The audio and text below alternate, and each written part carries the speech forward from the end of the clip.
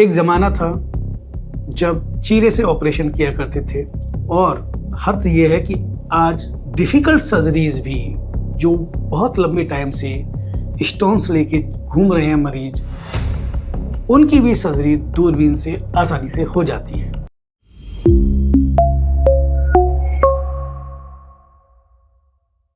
Laparoscopic cholecystectomy यानी कि gallbladder का दूरबीन के द्वारा ऑपरेशन होता कैसे है।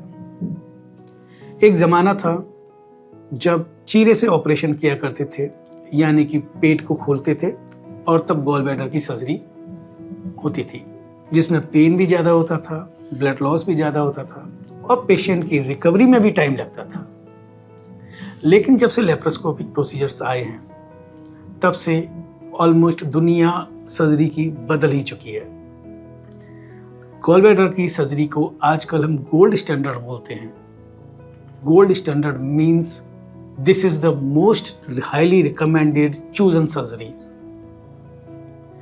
इट मीन्स हम इसमें क्या करते हैं, हम इसमें छोटे छोटे चार्ज करते हैं, जिससे कि हम इसके पेट के अंदर दूरबीन डालते हैं और गॉलब्लैडर की स्टोन्स के साथ पूरे गॉलब्लैडर को भी, यानी कि पित्त की थैली को भी पूरा बाहर निकाल लेते हैं।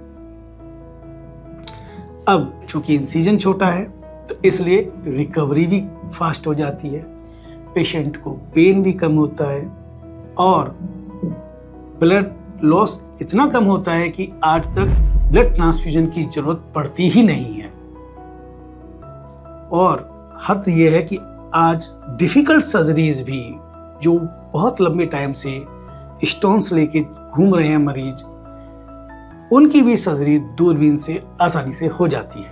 क्योंकि मैंने बताया इसमें रिकवरी फास्ट हो जाती है, इंसिजन छोटा होता है, तो इसलिए इन्फेक्शन होने की संभावना भी बहुत कम रहती है और पेशेंट की रिकवरी इतनी फास्ट होती है कि 2-3 दिन के बाद ऑलमोस्ट नॉर्मल हो जाता है मरीज, यानी कि कुछ दिनों के बाद वो अपना ऑफिस भी स्टार्ट कर सकता है।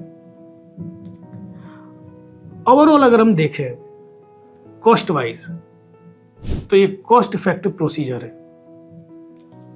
क्योंकि अगर ओपन सर्जरी से हम कंपेयर करें जिसमें रिकवरी टाइम ज्यादा लग रहा है, कोई भी कामकाजी आदमी है वो अपने ज्यादा लंबे टाइम के लिए छुट्टी नहीं ले सकता, बेड रेस्ट करना पड़ता है, इन्फेक्शन का चांस बढ़ जाता है, ड्रेसिंग्स भी बढ़ जाती हैं। उसके कंपैरिजन में हम अगर देखें तो ये लैप्रोस्कोपिक प्रोसीजर काफ़ी कॉस्ट इफेक्टिव है।